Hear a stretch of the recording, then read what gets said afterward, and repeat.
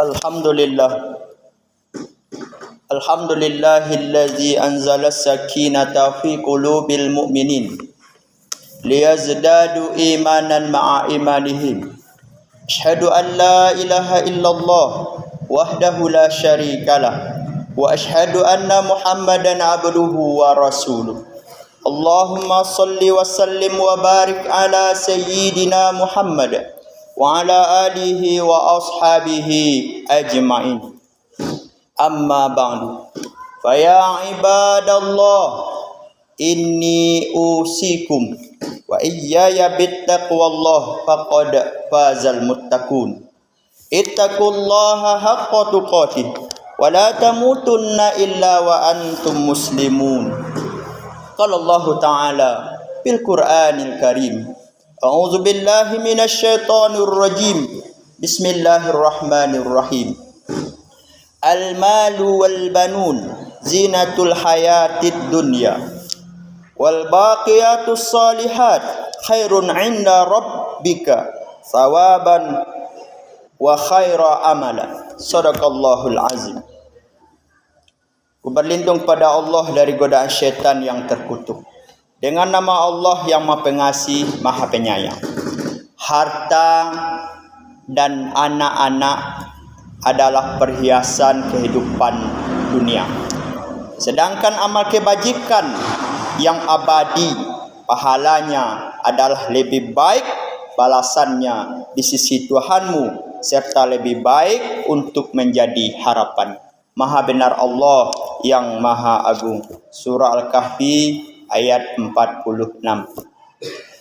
Ma'asyiral muslimin sedang jemaah Jumat yang dirahmati Allah Subhanahu wa taala. Puji dan syukur kepada Allah, alhamdulillah, di siang hari ini kita masih dapat melaksanakan aktivitas kehidupan sehari-hari. Apalagi di hari ini adalah hari baik, yaitu hari bulan Ramadan, untuk melaksanakan ibadah puasa dan tidak tinggal pula kegiatan kehidupan kita untuk kehidupan dunia ini. Selawat dan salam buat junjung kita Nabi besar Muhammad sallallahu alaihi wasallam. Ma'asyiral muslimin sedang jemaah Jumat yang dirahmati Allah Subhanahu wa taala. Pada kesempatan ini sebagai khutbah kita adalah yaitu perspektif Al-Qur'an tentang harta. Harta disebut dengan mal. Harta bukanlah sesuatu yang buruk secara esensi, tetapi tentu bukan pula sesuatu yang dicintai oleh manusia secara berlebihan. Maka oleh karena itu pada kesempatan ini kita lihat ada beberapa pandangan-pandangan Al-Quran yang menyatakan tentang harta itu. Ma'asyiral muslimin yang dirahmati Allah. Yang pertama adalah harta sebagai zinatul haya, yaitu perhiasan dunia.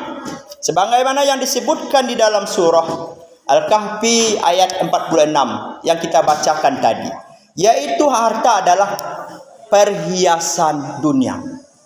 Perhiasan itu artinya sesuatu yang menyenangkan, sesuatu yang membuat kita nyaman, kita tenang, ada nilai estetikanya, ada nilai keindahan daripadanya, sehingga manusia berusaha untuk mengumpulkan harta. Untuk apa dia mengumpulkan harta? Ada untuk buat rumah, ada untuk beli kendaraan, untuk beli perhiasan dan lain sebagainya. Gunanya adalah untuk bagaimana dia nyaman, bagaimana dia tenang, bagaimana dia indah. Namun jangan sampai dengan harta tersebut yang kita usahakan, yang susah payah, membuat kita tidak dekat dengan Allah. Maka yang kedua kita lihat, yaitu harta sebagai ujian. sebagai fitnah yang disebutkan dalam surat At-Taghabun ayat 15. Bismillahirrahmanirrahim. Innama amwalukum wa auladukum fitnah wallahu indahu ajrun azim. Sesungguhnya hartamu dan anak-anakmu hanyalah ujian, cobaan. Di sisi Allah lah pahala yang besar. Masyiral muslimin yang dirahmati Allah. Tadi kita sudah berusaha mencari harta untuk ketenangan, kenyamanan. Akan tetapi semuanya itu akan jadi fitnah sebagai alat uji. Dengan harta itu semakin dia dekat dengan Allah, apakah semakin dia dekat dengan Allah atau semakin kufur? Semakin sombong tidak? Atau semakin lalai dengan harta yang dia miliki? Kalau kita kembali kepada kisah yang populer, barangkali sudah sering kita dengar dan khatib ingatkan kembali, yaitu kisahnya Sa'labah. Sa'labah itu orang awalnya miskin, tidak memiliki harta banyak. Kain sarung saja gantian dengan istrinya. Selesai sholat dengan Rasul, beliau pulang. Selesai sholat belum berdoa, Assalamualaikum, Assalamualaikum, pulang. Lalu beberapa hari ditanya oleh Rasul, wahai Sa'labah, kenapa engkau pulang? Kenapa tidak zikir dulu, doa dulu? Ya Rasul, aku gantian kain sarung sholat dengan, atau kain sholat dengan istri saya. Kalau saya terlambat pulang, maka istri saya belum sholat. Oh gitu. Lalu mohon doa kepada Rasul. Awalnya Rasul nggak mau mendoakan, karena Nabi tahu kalau dikasih harta dia akan lalai. Tapi karena kasihan berikutnya didoakan oleh Rasul. Dikasih kambing. Kambingnya berkembang dari 2 ekor sampai berikutnya. Kemudian dia sudah terlambat sholat. Kemudian berikutnya ditanya, kenapa terlambat sholat? Ngurus kambing. Lalu sudah berkembang juga kambingnya, berkembang biak. Sudah sering nggak ke masjid, terlambat. Tadi terlambat, sekarang sudah sering nggak datang. Lalu ditanya, kenapa engkau sudah sering nggak ke masjid? Ngurus kambing juga, karena sudah banyak. Terus berikutnya sampai kambingnya banyak, enggak ke masjid lagi. Karena apa? Ngurus kambing. Artinya dengan harta yang diberikan itu membuat dia lalai, membuat dia tidak ingat kepada Allah. Berarti enggak lulus ujian. Kalau kita kembali juga kepada kisah Nabi Sulaiman alaihissalam yang disebutkan dalam surat Shad ayat 31 sampai 33. Ketika Nabi Sulaiman mengumpulkan kudanya, berapa ekor kuda yang indah-indah dikumpulkan. Lalu dinikmatinya keindahan kuda-kudanya itu. Karena kuda salah satu ujian juga. Salah satu kecintaan kepada dunia yang disebutkan dalam surat Ali Imran. Yang setelah itu Nabi Sulaiman sibuk ngurus kuda, lihat kudanya. Ada sebagian di tafsir disebutkan memandikan kuda, ada yang sebutkan menikmati keindahan kuda. Lalu akhirnya terbenam matahari. Baru beliau terkejut. Kemudian beliau katakan, astagfirullah, sudah terbenam matahari, saya belum ibadah asar, belum zikir asar. Kalau sekarang namanya sholat asar. Lalu dengan demikian, karena beliau merasa salah, dia bertobat. Bagaimana cara dia bertobat? Menyesali kesalahannya, kemudian dikumpulkan semua kudanya itu dan disembelih semua kudanya. Setelah itu dijual, disedekahkan kepada fakir miskin. Artinya semua kuda yang dimilikinya habis sehingga Nabi Sulaiman miskin. Ini apa hikmahnya? Jangan sampai dengan hobi, dengan kecintaan kepada dunia menyebabkan lalai dari mengingat Allah. Kalau seperti itu enggak lulus ujian, maka disebutkan tadi harta adalah ujian. Masyiral muslimin yang dirahmati Allah Subhanahu wa taala. Kemudian yang ketiga, pandangan Al-Quran tentang harta, yaitu harta sebagai amanah, sebagai titipan. Bagaimana disebutkan dalam surat Al-Hadid ayat 7. Bismillahirrahmanirrahim. Aminu billahi wa rasulihi wa anfiqu mimma ja'alakum mustakhlifina fihi. Fallazina amanu minkum wa anfaqu lahum ajrun kabir. Ku berlindung pada Allah dari godaan syaitan yang terkutuk. Dengan nama Allah yang Maha Pengasih, Maha Penyayang.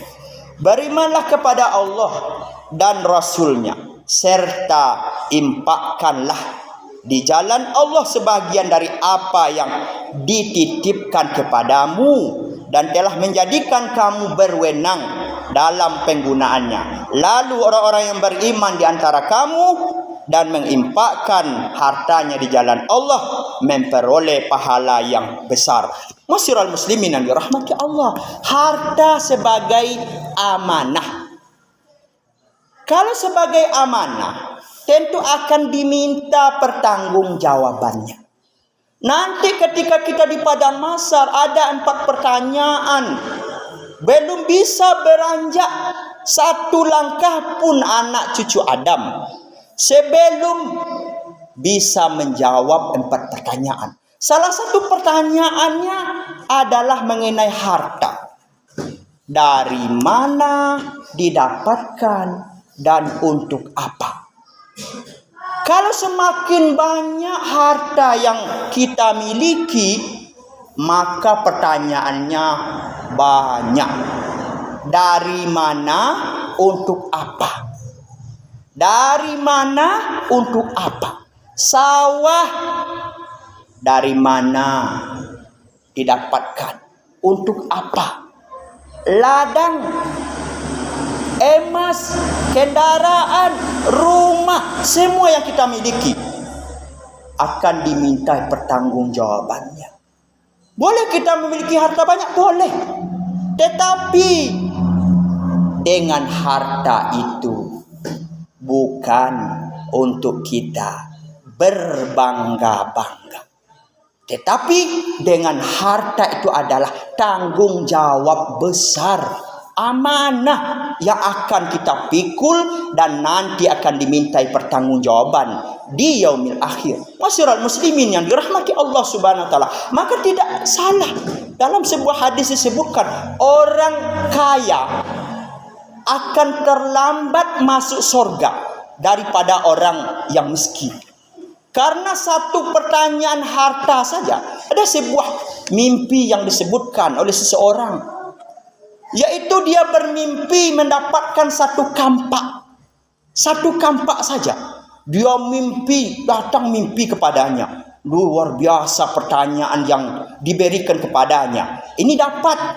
Lalu karena begitu sulitnya dia menjawab pertanyaan tentang satu kampak saja, maka besok paginya dia sudah terbangun dan dia serahkan kampak yang tidak jelas siapa yang punya tadi kepada orang yang di mana tempat dia mengambil tadi. Karena enggak jelas siapa punyanya, dia bawa pulang. Apalagi ini punya orang. Apalagi ini sudah jelas menzalimi orang. Masyiral muslimin yang dirahmati Allah. Maka oleh karena itu kita perhatikan dari mana harta kita, halal atau haram atau yang subhat. Kemudian untuk apa? Untuk berpoya-poya saja? Untuk hanya menikmati kehidupan dunia saja? Hura-hura kesana kesini, atau untuk diinfakkan sebahagian rezeki yang dimiliki? Masyiral muslimin yang dirahmati Allah Subhanahu wa taala. Maka yang keempat, Pandang Al-Quran adalah tentang harta. Harta sebagai bekal untuk beribadah. Sebagaimana yang disebutkan dalam surah Taubah ayat 111. Bismillahirrahmanirrahim. Innallaha ashtara minal mu'minina anfusahum wa amwalahum bi anna lahumul jannah. Dengan nama Allah yang Maha Pengasih, Maha Penyayang. Sesungguhnya Allah membeli dari orang-orang yang mukmin diri dan harta mereka dengan surga yang akan diperuntukkan bagi mereka. Dengan harta yang dia miliki, dia manfaatkan untuk beribadah kepada Allah. Kalau sudah kaya, haji, daftar haji, sudah mampu.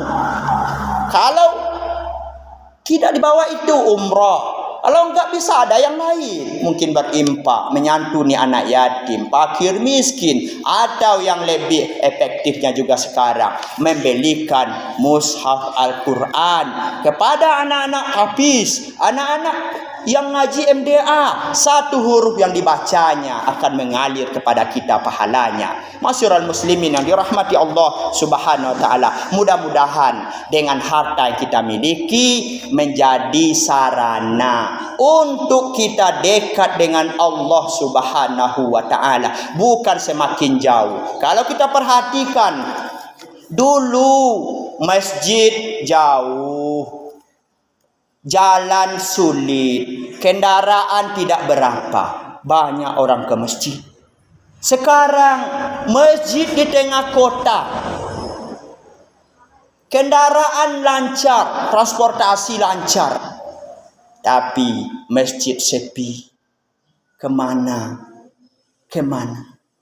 Renungan bagi kita. Berarti kalau seperti itu, sibuk dengan ngurus harta, harta tidak ada yang kekal. Yang kekal hanyalah Allah. Dan semua itu akan kita tinggalkan di dunia ini. Masyarul muslimin yang dirahmati Allah SWT. Yang kita bawa hanya kain kapan. Itu kadang pemberian orang pula. Nggak ada pula yang beli kita. Mudah-mudahan apa yang Khatib sampaikan bermanfaat untuk kita semuanya, dan juga Khatib yang menyampaikan. Barakallahu li wa lakum fil Qur'anil azim wa nafa'ani wa iyyakum bima fihi minal ayati wa zikril hakim wa taqabbala minni wa minkum tilawatahu innahu huwas samiul alim.